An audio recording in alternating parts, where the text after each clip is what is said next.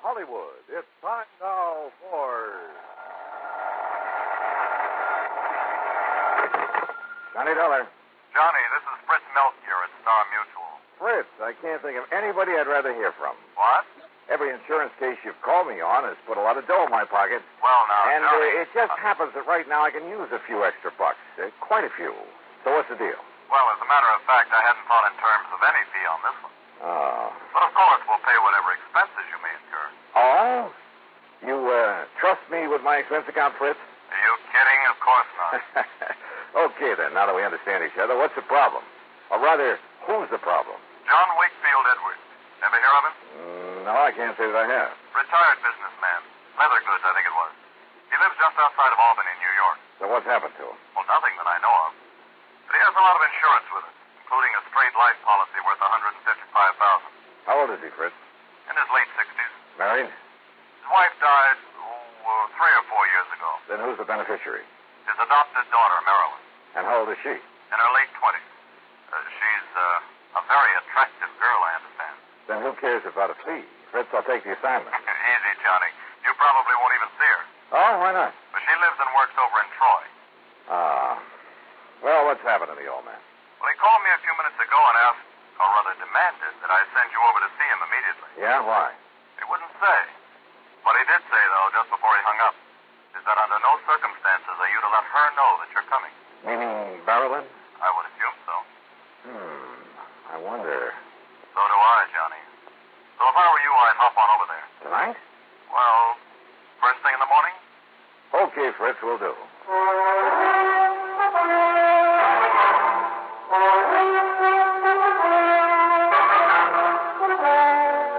Bob Bailey in the exciting adventures of the man with the action-packed expense account.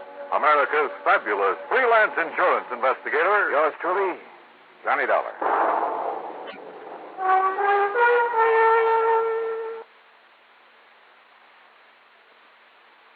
And now, Act One of yours truly, Johnny Dollar.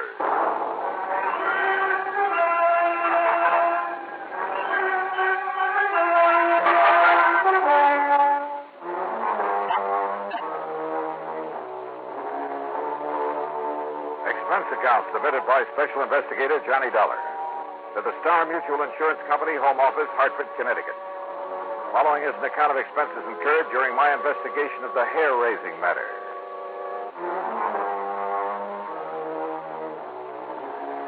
When a beautiful girl and a fortune are involved, well, instead of waiting until morning, I got out my car and drove over to Albany. Item 1, 1720 for mileage. I arrived shortly after midnight, checked in at the Sheraton Tenike, and although I was pretty tired, I ran up item 2, a dime for a phone call. Yes, this is John Wakefield Edwards. Johnny Dollar, Mr. Edwards. Well, why do you waste your time and money calling me? I told Fritz Melchior to send you up here. I'm right here in Albany, sir. Oh, good. Do you want me to come out and see you right away? It's pretty late. No, first thing in the morning will be all right. I'm sure nothing will happen before then. Nothing will happen. I'll expect you to have breakfast with me. I beg your... What was that? I said be here at breakfast. 7:30 sharp. Oh, okay. But now, just what did you mean about nothing will happen? I'll tell you about it in the morning. Goodbye, Mr. Dollar. Well, now, wait a minute. Look. You're the boss.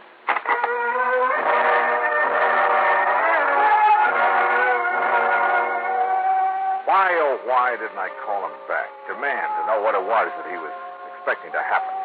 For it obviously tied in with his wish to see me. But I guess I was tired after the long drive, and he seemed to think the morning was time enough. So I hit the sack.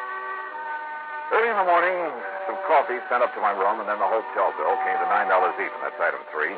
And by 25 minutes after 7, I swung onto the long, winding drive that led up to the front of the Edwards mansion. It was in a wealthy residential section, a couple of miles north of the city proper, and sat in the middle of what must have been a full acre of beautiful trees and gardens.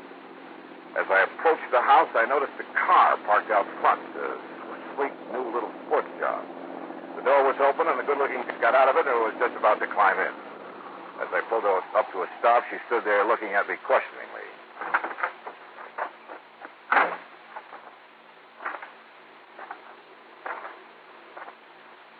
This is the Edwards home, isn't it? That's right.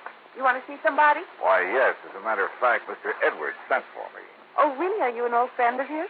Old? I didn't know it should. Oh, that isn't what I mean, No, my name is Johnny Dollar. John. Insurance detective or investigator or whatever you call it. Yeah, something like that. Well, hi. I'm Marilyn Edwards. Well, hi. I should have guessed he'd send for someone like you, Johnny. Come on in. Why do you say that, Marilyn? Well, Daddy seemed to be worried about something lately. You know what? No, at least I'm not sure. That's why I thought I'd stop by this morning before going to work. Oh, I thought you were just leaving. No, I just got here, just before you arrived. What do you do for a living? Don't laugh. I'm a model. Oh. And stop raising your eyebrows. After all, somebody has to pose for those ads for dishpan hands. Sure. And so we go in and see Daddy. That is, if he's up. Well, he'd better be. I have a breakfast date with him at 7:30, and it's now exactly 7:31. Then we better go in.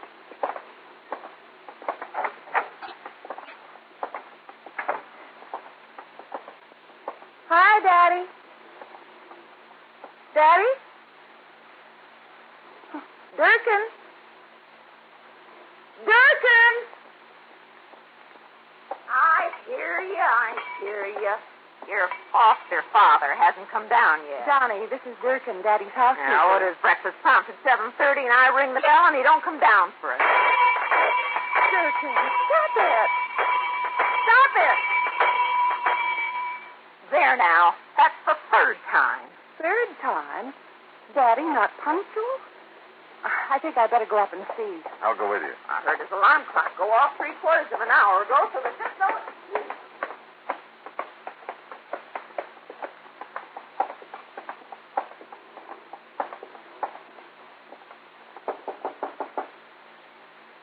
Daddy? Wait a minute, What is it, Johnny? I thought I caught a whiff of cordite.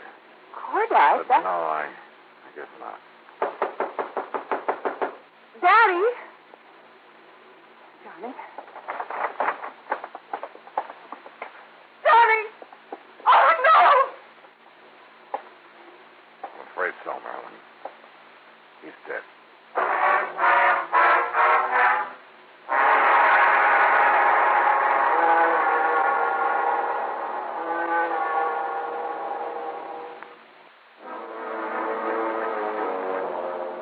Together with Marilyn Edwards, adopted daughter of John Wakefield Edwards, I found his body in his bedroom slumped over to death. There was no sign of any wound, no evidence of foul play. Without touching the body, I phoned the Albany Police Homicide Division, and within minutes, Sergeant Christie arrived with Dr. Walter Minkin in tow. The doctor's examination was brief but very thorough, including several on-the-spot tests for poisons of any kind. How old did you say he was, miss? I didn't, Doctor. But he was 68 or 9, I think. And he hasn't been sick? No, not that I know of. Miss Durkin, the housekeeper, would know better than He I. hasn't had a day of sickness since he caught that cold last spring. Yeah. Well, his pump gave out, that's all. Can't expect that in a man his age. Oh, Johnny. Yeah, I know. But you're doing okay. You didn't find anything, did you, Chris? No, not a thing, Doc.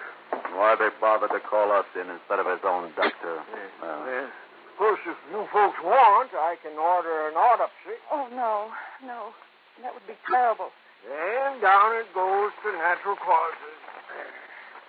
Time of death, approximately 7:15. Doctor. And I expect you can carry on from here, can't you, miss? I'll take care of things. Yeah, and if he can't, I will. Beginning with closing these windows. There. Anybody wants to freeze me? Well, come on, Sergeant. Back to the morgue. Oh, the morgue. Oh, Johnny. Easy, down. Better? Well, you two want some breakfast? Ain't gonna do him any good now. How can you... But I suppose we may as well, Johnny, and do whatever we have to do here.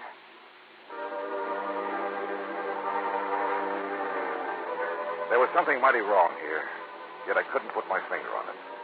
Had I really caught the smell of cordite before we entered that room? It was too late to tell now, even with the windows closed. Those windows. It was a cold morning. Had he left them open while he dressed? Marilyn, heir to his big insurance policy. Had she really just arrived when I got there? If the housekeeper, Durkin, had been in the kitchen making breakfast, it would have been easy for someone to sneak in and... But who? And why? And what about Durkin? Now, wait a minute. The police medic said death due to natural causes. No poison, no wounds of any kind. So that's that. The undertaker must have been hungry for business because he got there before noon and took the body away. Meantime, of course, I'd questioned both Durkin and Marilyn pretty thoroughly. Enemy? Oh, no, Johnny. Daddy didn't have...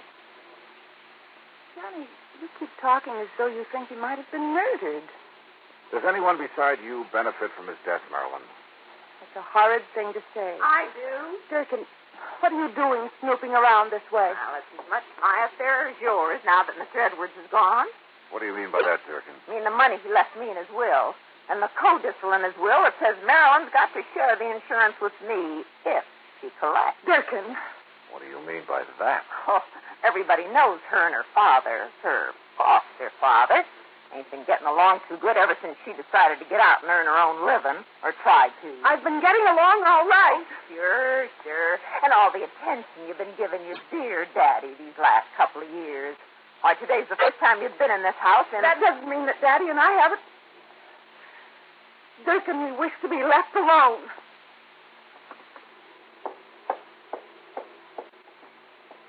I'm sorry, Johnny. Marilyn, I want to go up and look at your father's room again. All right, if you like. And I'll go along with No, you. thanks. I'd rather do it alone. Oh? And what did I find? Nothing. Sure, there were a couple of old bottles of hair tonic hidden away under some shirts. But after all, I mean, at his age. And that funny little thing on his dressing table. There was a little, well, hat stand, I guess you'd call it. The kind you find in a woman's hat shop. You know, a little wooden stand about 8 or 10 inches high. Johnny, look. Huh? Where did you get that? After what you said downstairs, I guess I began to wonder. Pretty special. So I looked around outside, for footprints or, well, I don't know what I was looking for. And you found this handgun? It was in the middle of a myrtle bush. It was Daddy's gun. Oh? And see, one shot has been fired. Yeah. I also see you've carefully put your fingerprints all over it. Oh. Hey, what? Fine. Now, my prints are all over it. So if it was used to... What am I talking about? If there'd been a shot, Durkin would have heard it. What's more, there would have been a bullet wound, and there was no sign of anything in the... Wait a minute. Marilyn, maybe there was.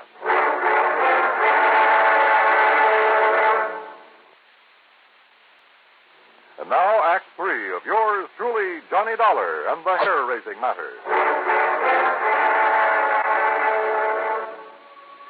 My hunch was right. I was sure of it now. I told Miss Durkin and Marilyn to stay there at the house and wait for me, then jumped into my car and drove into Albany to the undertaker's.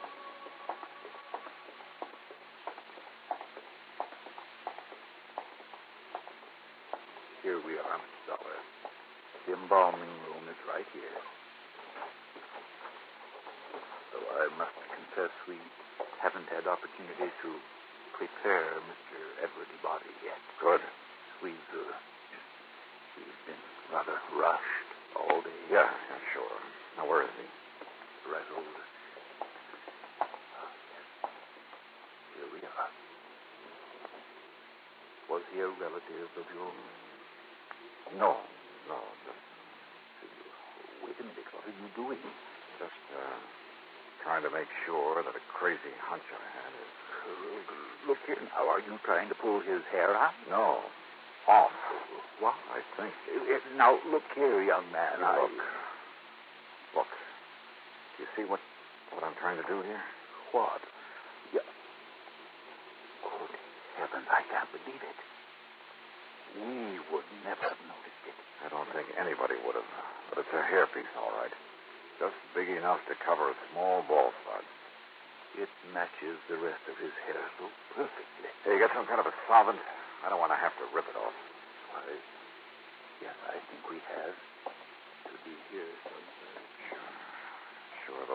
bottles of hair tonic.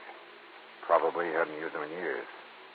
But that little wooden stand, sure, he parked his wig on it. What did he say? And probably nobody knew that he wore it except himself.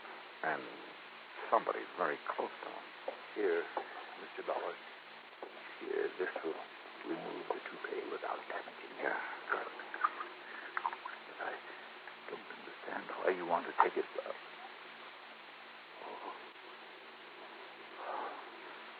Good Lord. Yeah. Right in the middle of his bald spot. Covered up by the hairpiece. And the bullet that made it was a .38 special.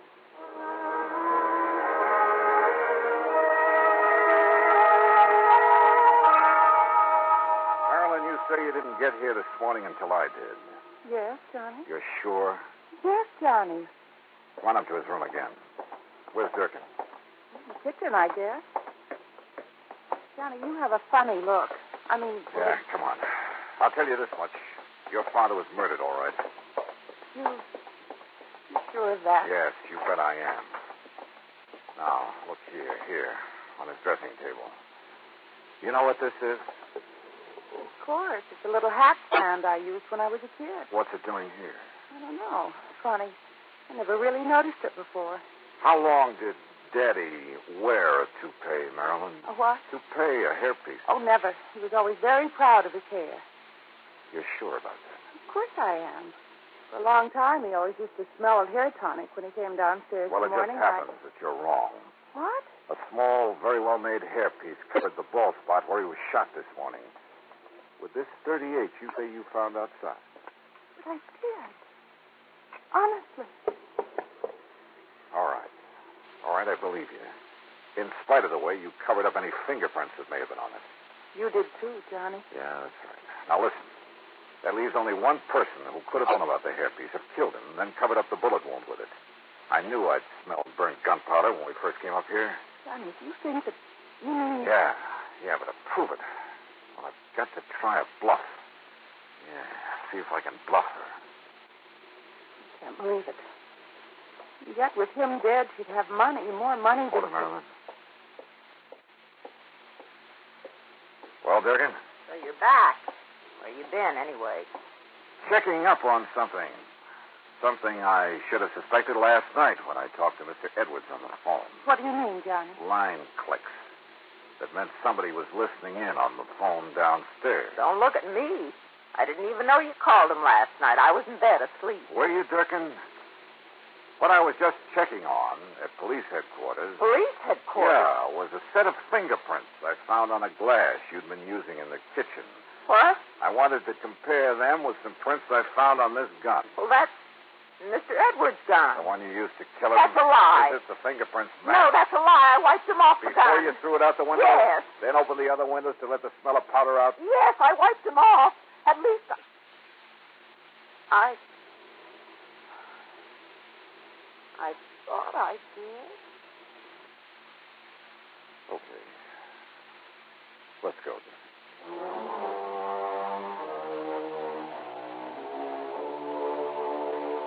Don't worry. There'll be no part of the insurance or any other money for Durkin. The courts will take care of that. And probably with vengeance. As for Marilyn, well, you know something? There's a gal I think I'd like to see again. And I don't mean because of her fortune. Expense account total, including all the mileage on my car, $47.50. Yours truly, Johnny Dollar.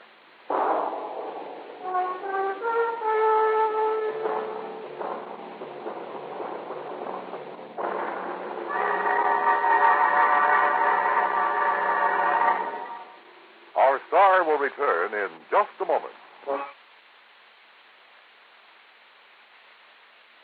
Now, here is our star to tell you about next week's story. Next week, a little jade statue is the key to one of the cleverest plots I've ever seen. Join us, won't you? Yours truly, Johnny Dollar.